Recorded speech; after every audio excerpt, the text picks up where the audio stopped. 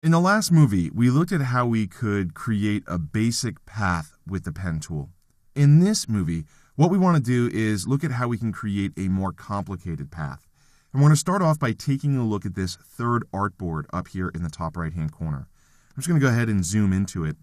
One thing that you may want to do is come over to the Layers panel, and inside the Layers panel, you want to lock the info layer. The info layer contains all the instructions that I typed out into this document.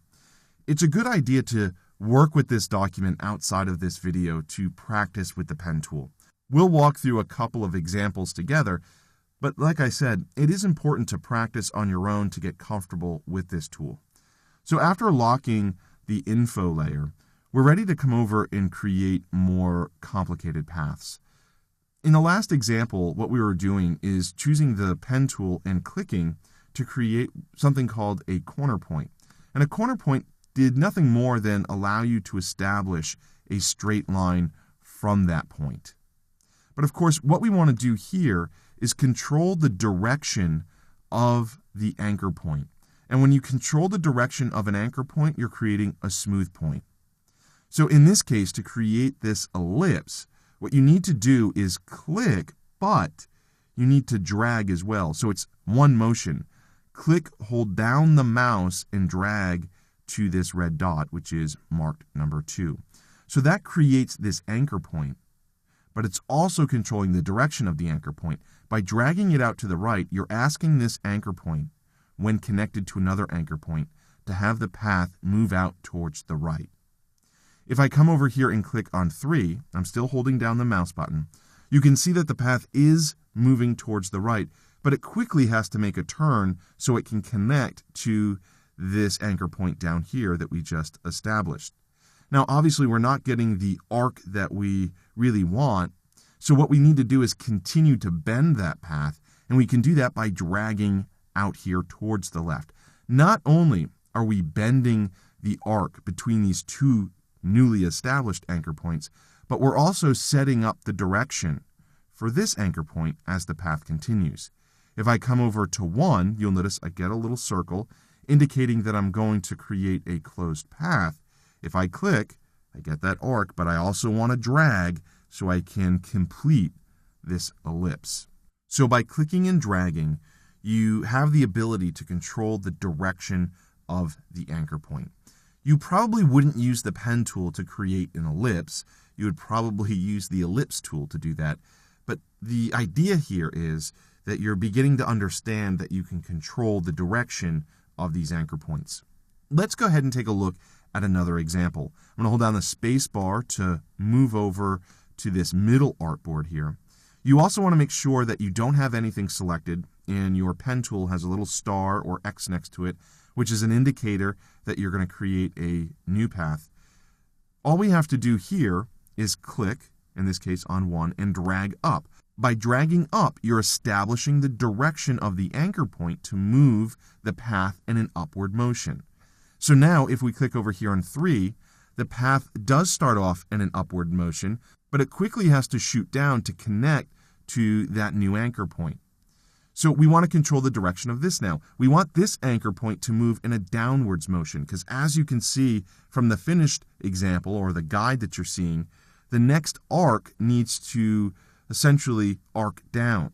So if we click and drag down, not only do we establish that this anchor point will move the path in a downward motion, it'll also pull the path that's being drawn between 1 and 2. It's pulling the right side down, which is ultimately creating an arc that arcs up. So hopefully that makes sense. As you continue to create this path, you'll see that exact effect take place over and over and over again. So this anchor point is moving in a downwards motion, but it can't move downward completely if we come over to 5, so it'll move downward a little bit and then kind of shoot across and connect to 5. But if we click and drag up, we'll pull down the rest of this path and we'll establish the direction of the next segment of the path in an upwards motion. So if I click and drag up, you can see that that's the case. And that's all we're doing in this example. So we're controlling the direction of each of these anchor points. And ultimately, you can create kind of this squiggly line. So I'll go ahead and click and drag and complete the path. I'm going to press the V key on the keyboard to click away from it to deselect it. What we're looking at here are something called smooth points. As I said, smooth points give you the ability to control the direction of the anchor point. However, you may run into situations where you need an anchor point to behave much like a smooth point, but also have characteristics of a corner point. That type of anchor point exists inside of Illustrator. It's called a combination anchor point. If we hold down the space bar and move down to the artboard in the lower left corner, we can take a look at working with a combination anchor point. Come over and choose the pen tool. You'll notice that we have a similar path, but all of these arcs arc down. So we do need to control the direction of the anchor point so we can connect and create that arc. But after pulling an anchor point in a certain direction to get it to arc down, we don't want the anchor point to start the path off in the opposite direction, which would be moving up. We want it to continue to move down. So let's take a look at how we can do this. We want to come over and click on 1 and drag down to 2, just like we did before. Then we want to come over to 3, click and drag up, just like we did before. Except now, if we were to continue clicking, the next anchor point would move in an upwards motion, and we don't want that to happen. We want it to move in a downwards motion. So if you hold down the Alt key, or the Option key on the Mac, you'll notice you get what looks like an upside down V, I suppose. If you click and drag down, you're changing the direction of the anchor point. So we were able to click and drag up to get the arc to appear the way that we wanted it to, but by holding down the Alt or the Option key, we're rechanging the direction of the anchor point to move in a downward motion still. So if I click over here to 6 and drag up to 7, you can see I get that arc to move in a downward motion.